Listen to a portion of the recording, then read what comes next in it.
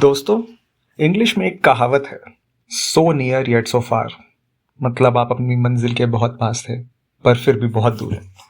अगर एक टीम है अभी जिस पे ये सबसे ज़्यादा आप अप्लाई कर सकते हैं तो वो टीम है आर्सेनल। हाँ जी, आर्सेनल ने यूएफए चैंपियंस लीग से एग्जिट कर लिया है। पीएसजी से वो हार गए और फाइनल पे नहीं पहुंच पाए। और इसके साथ ही आर्सेनल का इस सीजन कोई ट्रॉफी जीतने का भी चांस खत्म हो चुका है। अगर आप लास्ट के 2 सीजन देखें तो भी यही कहानी थी, वो कोई ट्रॉफी नहीं जीते और प्रीमियर लीग में सेकंड आए। लास्ट सीजन तो टाइटल रेस लास्ट डे तक गई जिसमें मैनचेस्टर सिटी से वो हारे, और 2023 के सीजन में भी वो मैनचेस्टर सिटी से हारे 5 पॉइंट से। तो ऑल्दो आर्सेनल एक टीम जिसको ऑन द अप देखा जाता है, 3 साल से उनके साथ यही हो रही, कोई मेजर ट्रॉफी नहीं है और वो एक ट्रॉफी के काफ़ी करीब पहुंच के रुक जाते हैं।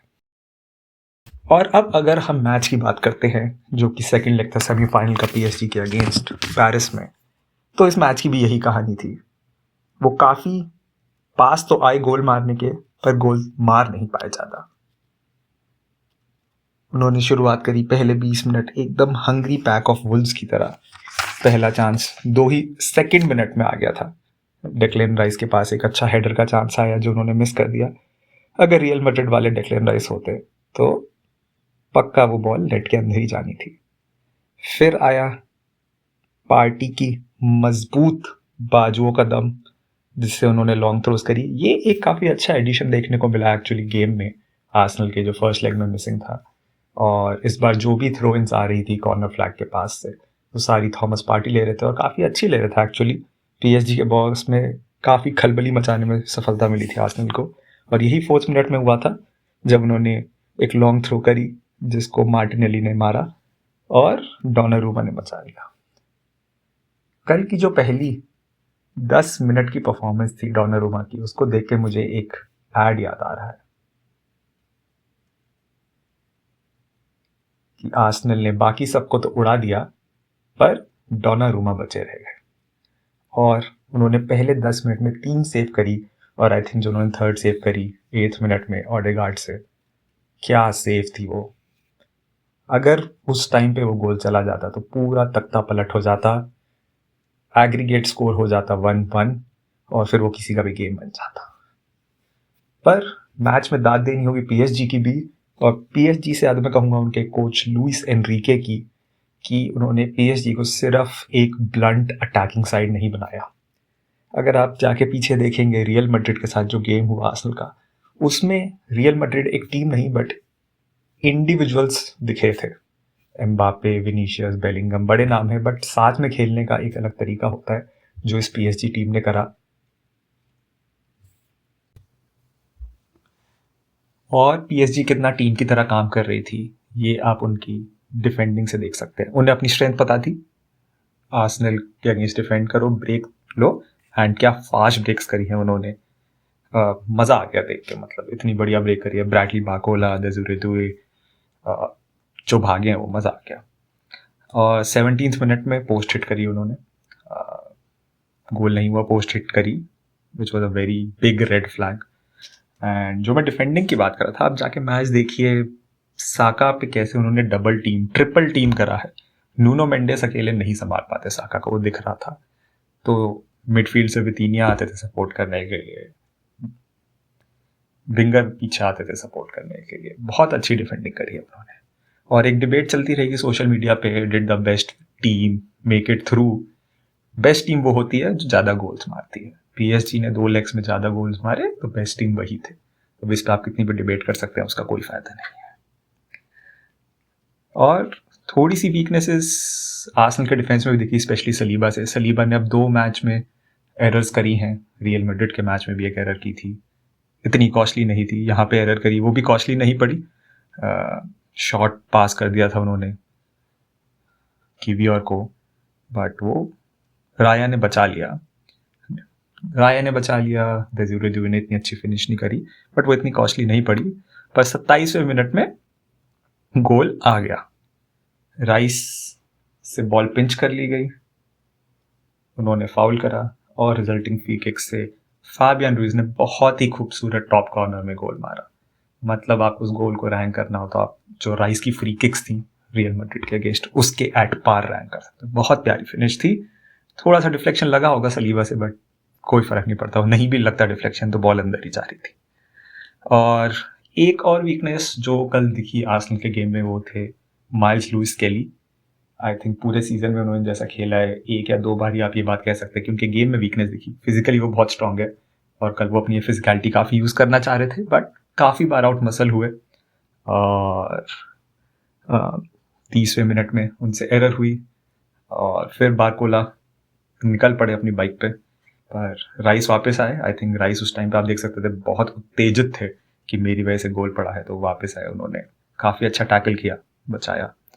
और गेम का टेम्पो लार्जली आप कहोगे आर्सेनल के फेवर में ही था। पीएसजी की भी यही स्ट्रैटेजी थी कि आर्सेनल को आने दीजिए, अटैक करने दीजिए, हम काउंटर पे गोल मारेंगे।